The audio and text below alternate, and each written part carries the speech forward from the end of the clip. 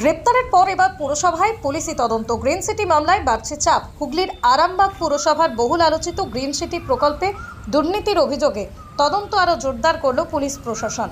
3 জন গ্রেপ্তারের পর শুক্রবার তদন্তে নেমে আরামবাগ পুরসভায় পৌঁছন আরামবাগের এসডিপিও সুপ্রভাত চক্রবর্তী। তাঁর সঙ্গে ছিল আরামবাগ থানার বিশাল পুলিশ বাহিনী। জানা গেছে, গ্রিন সিটি প্রকল্পের বিভিন্ন নথি, কাজের হিসাব, আর্থিক লেনদেন সংক্রান্ত তথ্য খতিয়ে দেখতে পুরসভায় যান তদন্তকারী আধিকারিকরা।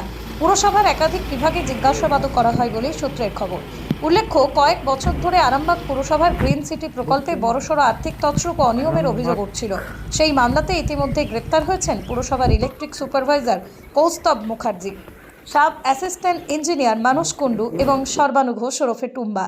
পুলিশ সূত্রে জানা গেছে, এই দুর্নীতির ঘটনায় আরও কোনো প্রভাবশালী ব্যক্তি জড়িত রয়েছেন কিনা তাও খতিয়ে দেখা হচ্ছে। তদন্ত যত এগোচ্ছে ততই বাড়ছে রাজনৈতিক চাপানুতর।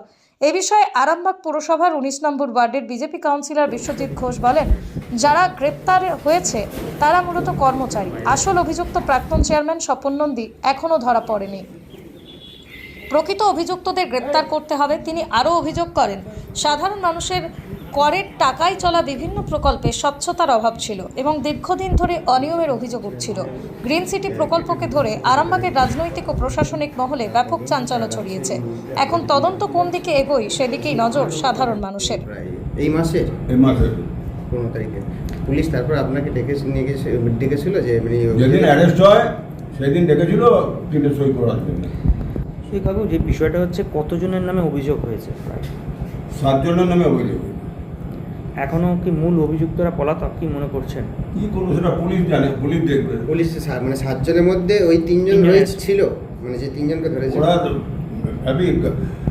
এটা মানে ওই কৌশলটা এমনি নির্দোষ।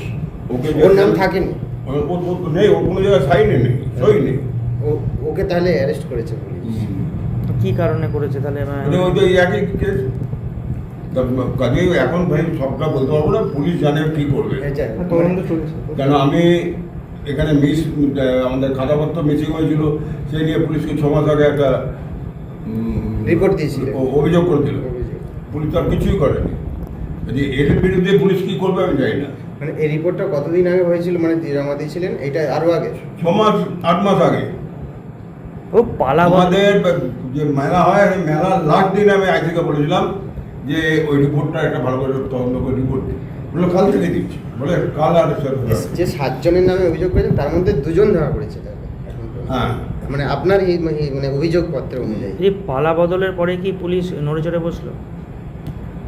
পালা বদলের পরে পুলিশ নড়ে চড়ে বসলো, আপনার অভিযোগটা নিল? না না, ওটা আমি একটা চিঠি করেছিলাম মুখ্যমন্ত্রীকে। আর তারপর শুনলাম একটা সাংবাদিক আমাকে এসেছিল, এই অভিযোগে এটা নিয়ে গেছিল। তারপর সে শুনলাম বিমানকে দিয়েছে, বিমান দিনে একটা খুব হইচই ফেলে দিয়েছে, চেঁচামেচি করেছিল। এই সব করে এটা আরম্ভ হলো। কোন মুখ্যমন্ত্রীকে জানিয়েছিলেন? যে শুভেন্দু অধিকারী না? শুভেন্দু অধিকারী মানে রিসেন্ট জানিয়েছিলেন?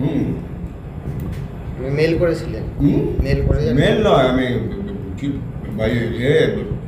রিপোর্টে পাঠিয়েছি। বলছি মানে কি কি নামগুলো যদি একটু বলতেন, বাকি 5টা।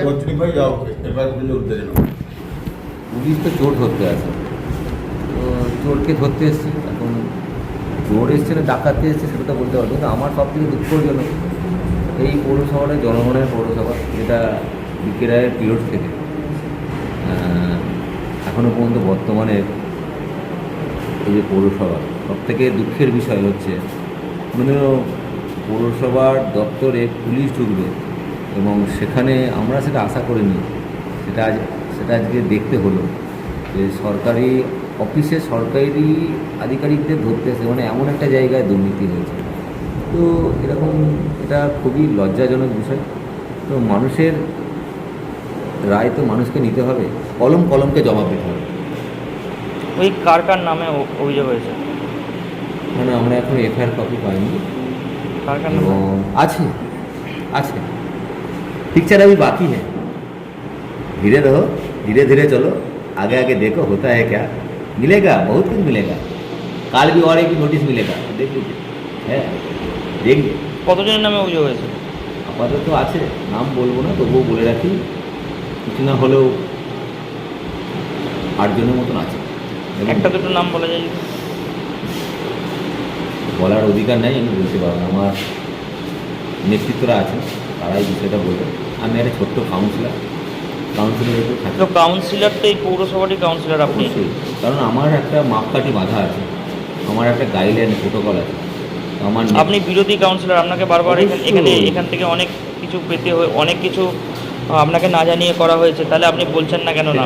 সেটা তো ওদের দায়িত্ব, ওরা করেছে। তা আমার ক্ষমতা হলো আমিও করতে পারতাম, আমরা তো শরীর। আপনারা তো এখন ক্ষমতায় এসেছেন, করছেন না কেন? পৌরসভা এখন আছে, হুম। পৌরসভা আসতে 6 মাস বাকি আছে। রাজ্যে তো ক্ষমতায় এসেছেন আপনাদের রাজ্য সরকার। ক্ষমতা সেটা বিধানসভা এসছে, পৌরসভা আসতে বাকি আছে, পঞ্চায়েত বাকি আছে।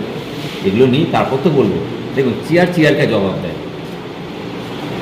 যখন এক্স চেয়ারম্যান ছিল, বর্তমান চেয়ারম্যান জবাব দিয়েছে।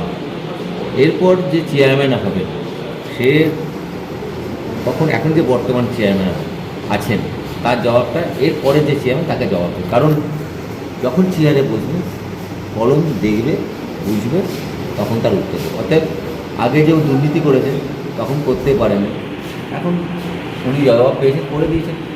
আমাদের যখন বোর্ডে বসবেন, আমাদের চেয়ারম্যান দেখতে পাবে দুর্নীতির কারণে আমি বলবো। অর্থাৎ এটা নিয়ে কোনো চিন্তার বিষয় নেই। বর্তমান মধ্যে চলছে, ভবিষ্যতের মধ্যে চলবে। অতীত যেটা চলে গেছে সেটার ওপরে বর্তমান চেয়ারম্যান খবর কলকাতায় চৈতালি রায় করবে।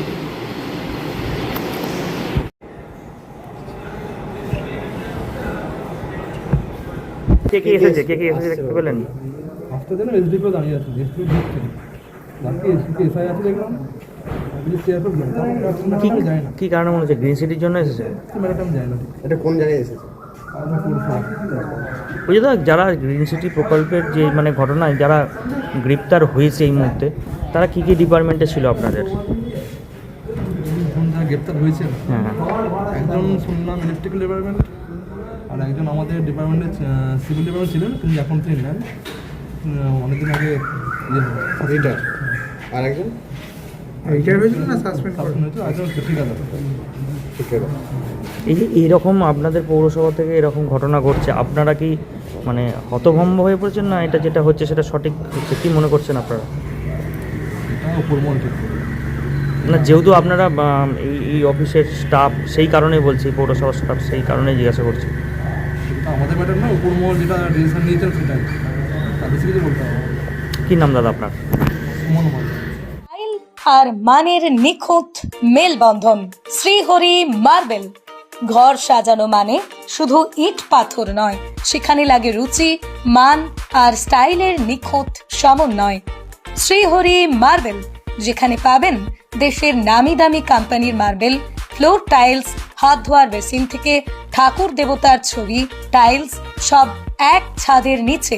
বিশ্বাস, মান আর যত্ন প্রতিটা পণ্যের প্রতিটা ইঞ্চিতে। আপনার ঘর হোক শ্রেষ্ঠের ছোঁয়ায়।